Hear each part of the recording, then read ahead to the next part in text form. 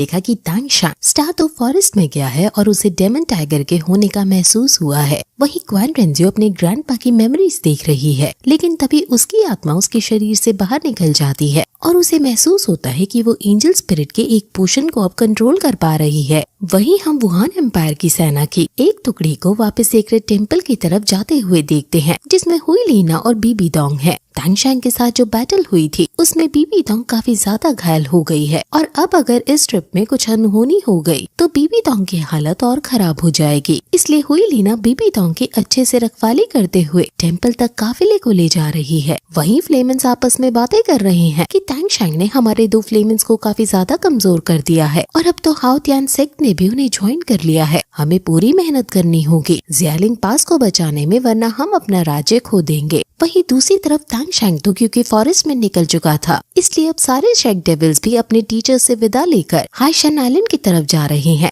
वहीं क्वान रेंजियो भी सोच रही है कि क्योंकि तांग शांग ने गॉड बनने का पद चुन ही लिया है तो देखते हैं कि कौन ज्यादा ताकतवर गॉड बनता है और कौन लास्ट में जिंदा बचता है। तांग शांग जंगल के अंदर है और बीस्ट अपनी डोमेन से तांग शांग को ओवरकम करने की कोशिश करती है। ये बीस्ट काफी ज्यादा खतरनाक है और आसपास की सारी जगह बीस्ट के ऑरा से कवर है। तांग शांग अपने ट्राइडेंट को निकालता है और उसके ऑरा यानी डोमेन पर काउंटर अटैक करता है, लेकिन इससे तांग शांग को ही झटका लगता है और वो खुद पीछे जाकर गिरता है। वो उसकी डोमेन को अपने ट्राइडेंट से भी नहीं तोड़ पाया और अभी तो डार्क डेमन टाइगर ने अपनी फुल डोमेन को रिलीज भी नहीं किया है। इसकी इविल एनर्जी ने सी गॉड की लाइट को भी न्यूट्रलाइज कर दिया है। तांग शांग याद करता है कि इस खतरनाक पीस के बारे में ग्रैंड मास्टर ने उसे बचपन में बताया था। बचपन में जब तांग शांग को अलग अलग बुक्स पढ़ने का शौक था, तब ग्रैंड मास्टर ने उसे व्हाइट टाइगर के बारे में बताया था कि वो गॉड ऑफ इविल के द्वारा पोसेस होता है। उसके पास ब्लैक विंग्स होते हैं जो उसकी ताकत को दर्शाते हैं। उसके पास गॉड ऑफ इविल हुक है जो एक बिच्छू के डंक की तरह होता है। उसका लाइट एलिमेंट भी एक्सट्रीम इविल एलिमेंट में ट्रांसफॉर्म हो सकता है। एक ह्यूमन बॉडी इस एलिमेंट को बिल्कुल भी टॉलरेट नहीं कर सकेगी, इसलिए अभी तक किसी भी इंसान के पास डार्क डेमन टाइगर की मार्शल सोल नहीं है।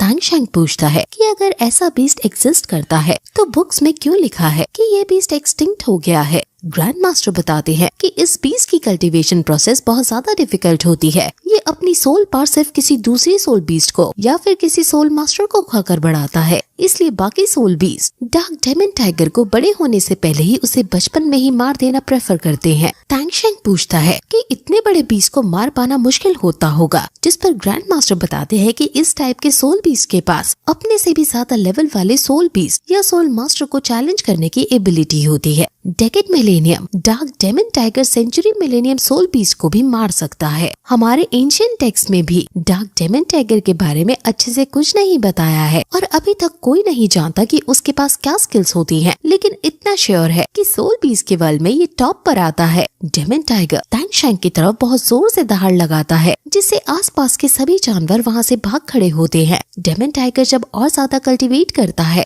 तो वो गॉड ऑफ इविल बनने ही लगता है। इस दहाड़ ने तांग शांग को भी थोड़ा पीछे धकेल दिया है और तांग शांग की सोल बोन भी एनर्जी एमिट करने लगती है, यानी द मिंग और आमिंग भी इस सोल बीस्ट को जानते हैं और उन्हें भी इससे खतरा महसूस हो रहा है। तांग शांग सोचने लगता है कि क्या इन दोनों ने इससे फाइट कभी की होगी। तांग शांग समझ जाता है कि डेमन टाइगर अपनी एक्सट्रीम इविल एनर्जी का यूज करके उसके मूवमेंट्स को ब्लॉक करना चाहता है, इसलिए तांग शांग भी ब्लू सिल्वर डोमेन का यूज करता है और इन दोनों की डोमेन आपस में टकराने लगती है और वो डेमन तांग शांग के अटैक में फ्लॉज यानी कमजोरी ढूंढने लगता है। ये देखकर तांग शांग हैरान हो जाता है कि ये इतनी स्मार्ट सोल बीस्ट है, इसलिए ये अभी तक जिंदा रह पाया। अगर द मिंग और अमिंग मिलकर भी इसे नहीं हरा पाए तो मुझे इस बैटल में बहुत ज्यादा केयरफुल रहना होगा। तांग शांग अपनी ब्लू सिल्वर फील्ड डोमेन को चारों तरफ फैला देता है और उसे अपनी ब्लू सिल्वर प्लांट में जकड़ने की कोशिश करता है, लेकिन वो स्किल्स ऑफ विंड एलिमेंट्स का यूज करके उसके प्लांट से बच जाता है और तांग शांग पर हमला कर देता है। लेकिन तांग शांग वहाँ से हटकर बाल बाल बचता है। ये एयर का भी फ्लो चेंज कर रहा है और अपने अटैक को एकदम से चेंज कर रहा है। ये विंड को कंट्रोल करने में बहुत ज्यादा अच्छा है और इसके पास इनक्रेडिबल एक्सप्लोसिव्स है। जितना तांग शांग ने सोचा था उससे ज्यादा मुश्किल हो रहा है इस बीस्ट से लड़ना।